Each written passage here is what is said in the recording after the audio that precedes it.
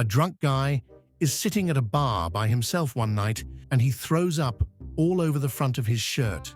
"Oh great, my wife is going to kill me," he mumbles to himself.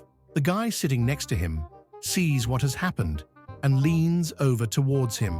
"Hey buddy, just put a $20 bill in your shirt pocket, and when you get home, tell your wife the guy sitting next to you threw up on you and he gave you $20 to get your shirt cleaned."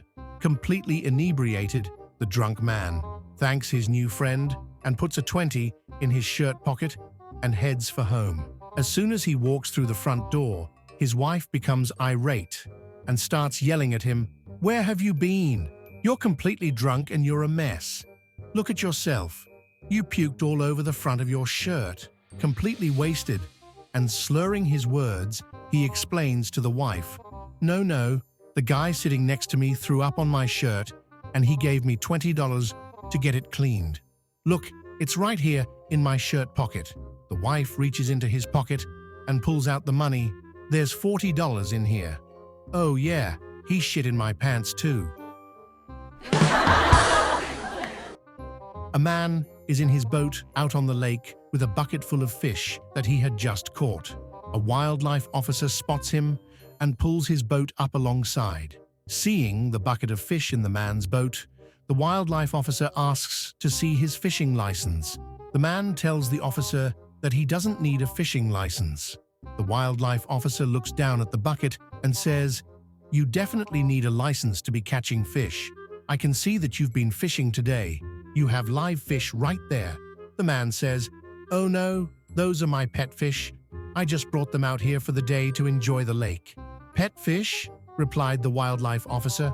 "Oh, absolutely. I let him out of the bucket and they swim around and play, but when I whistle, they all jump right back in. They are very well trained." The wildlife officer scratches his chin, then says, "I've never heard such a... Well, I've got to see this." The man dumps the bucket of fish into the lake, then calmly turns and looks at the wildlife officer. The wildlife officer says, "Well, call them back." The man says, "Call who back?" The wildlife officer says, "Your pet fish." "What fish?" replied the man.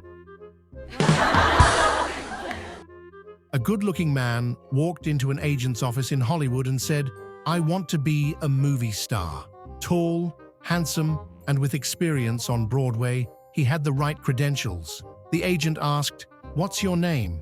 The guy said, "My name is Penis Van Lesbian."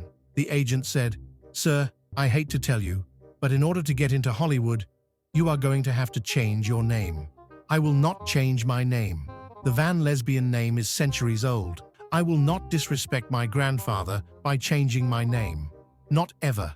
The agent said, "Sir, I have worked in Hollywood for years.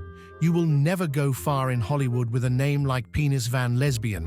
I'm telling you, you will have to change your name or I will not be able to represent you." "So be it. I guess we will not do business together," the guy said, and he left the agent's office. 5 years later, the agent opens an envelope sent to his office. Inside the envelope is a letter and a check for $50,000. The agent is awestruck. Who would possibly send him $50,000?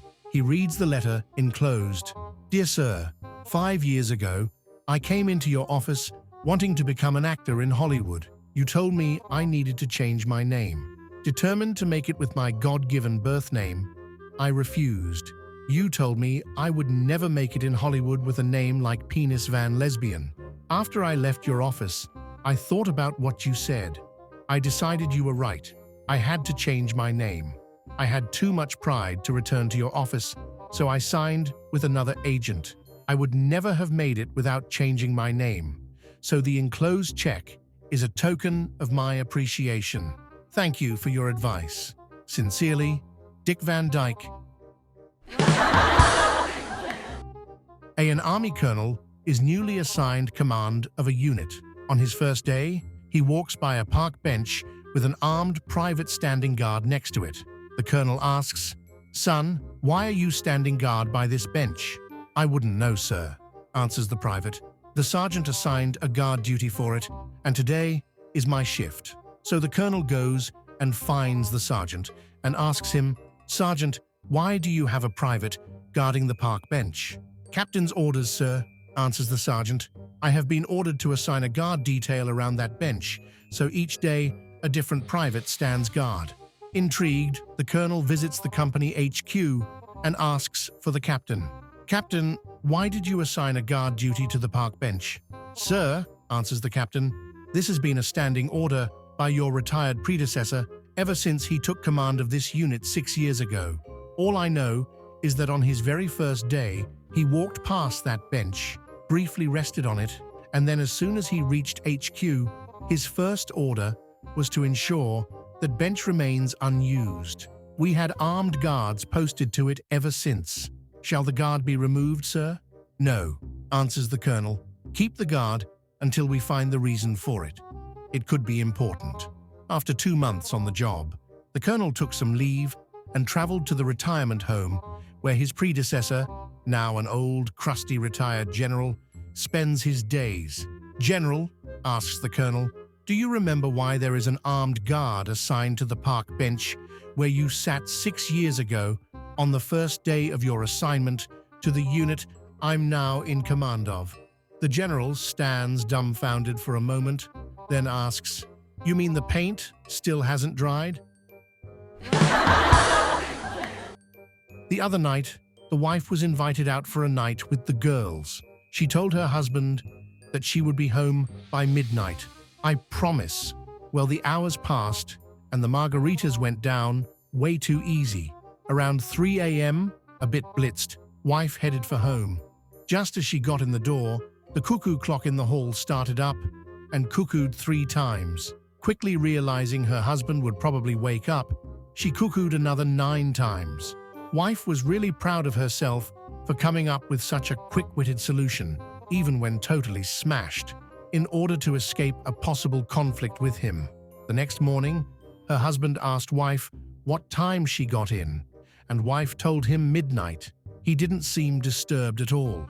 Wow, she got away with it. Then he said, we need a new cuckoo clock.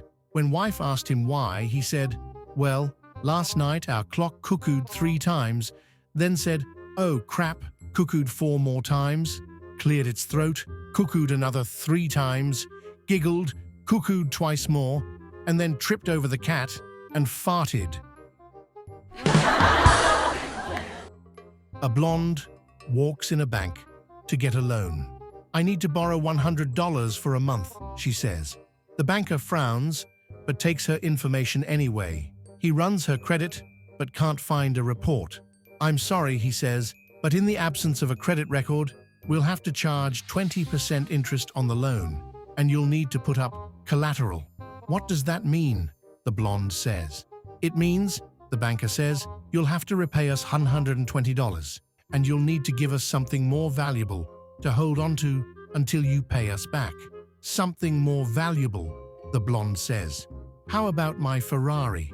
The banker nearly snorts his coffee all over his desk, but he prides himself on customer service, so he soldiers on. He runs the title on the Ferrari, and what do you know? The blonde owns it free and clear. Okay, he says, I'll print out the papers. Just so I understand, the blonde says, I give you my Ferrari and you give me $100, right? And then in a month, I give you $120 and you give me my Ferrari back? Yes, the banker says, that's the deal. She signs the paperwork and hands him the keys. He counts out $100 for her and watches her saunter out the door.